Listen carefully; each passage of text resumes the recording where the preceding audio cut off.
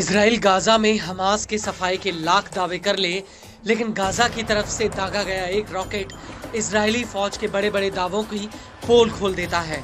Gaza में तांडव मचाने के बावजूद इजराइल अभी तक प्रतिरोध की आवाज कहे जाने वाले हमास को दबा नहीं पाया, बल्कि अब अचानक से हमास को लेकर नेतन्याहू के रुख में नरमी दिख रही है। कई मीडिया रिपोर्ट्स में ये बात कही गई है कि इजराइल हमास के साथ बंदूकों की रिहाई को लेकर राजी हो गया है, लेकिन इस सब के बीच हमास के लड़ाके माथे पर कफन बांधकर गाजा की गली गली में आईडीएफ के सैनिकों को मौत के घाट उतार रहे हैं। हमास के लड़ाके आईडीएफ के साथ दो फ्रंट पर मोर्चा संभाले हुए हैं, पहला गाजा के भीतर, दूसरा गाजा के बाहर। और अब इसी कड़ी में हमास ने गाजा के सेडोरोड सेटलमेंट पर एक बड़ा रॉकेट हमला किया है। दरअसल सेडोरोड में हमास के लड़ाकों ने कई राउंड रॉकेट फायर किए जो सीधे इजरायली सेटलमेंट्स में गिरे। इस हमले को लेकर इजराइल के चैनल 12 का कहना है कि उत्तरी गाजा की तरफ से इजराइल पर 3 रॉकेट फायर किए गए। हालांकि इन हमलों को लेकर आईडीएफ का कहना है कि उसने इन रॉकेटों को इंटरसेप्ट कर लिया था।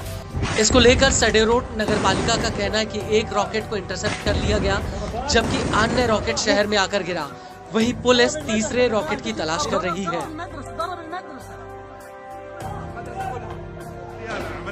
आपको बता दें कि पिछले एक हफ्ते में हमास ने लगातार ये 9वां हमला किया है और इससे पहले 4 जनवरी 2024 को हमास के लड़ाकों ने एरेज क्रॉसिंग पर मोर्टार गोले दागे थे।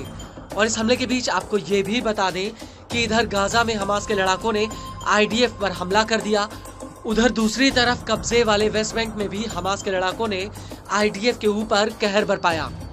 दरअसल वेस्ट बैंक के केदुमिम सेटलमेंट में ताबड़तोड़ फायरिंग हुई है। यहाँ पर एक कार सवार व्यक्ति ने एक बस और एक निजी वाहन पर जोरदार फायरिंग की, जिसमें 3 लोगों की मौत की खबर है, जबकि 8 लोग घायल हुए हैं। इस हमले का एक वीडियो भी सामने आया है, जिसमें एक कार से 2 युवक उतरते हैं और उतरते ही ये दोनों दनादन फायरिंग शुरू कर देते हैं और तभी वहां से एक बस भी गुजरती है और ये हमलावर बस पर फायरिंग करके वहां से भाग जाते हैं।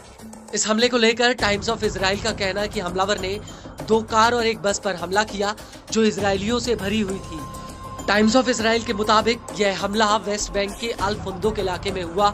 वहीं इस हमले को लेकर आईडीएफ का कहना है कि उसने वेस्ट बैंक में भारी संख्या में फोर्स रवाना कर दी है और इजरायली एयरफोर्स ने अपने हेलीकॉप्टर को भी हमलावर की तलाश में लगा दिया है।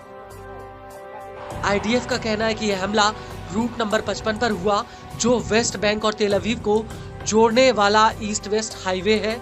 यह नबलस का बाहरी इलाका है जो कई इजरायली सेटलमेंट्स और फिलिस्तीनी कस्बों से होकर गुजरता है। आईडीएफ के मुताबिक उसने इस पूरे इलाके की घेराबंदी कर दी है।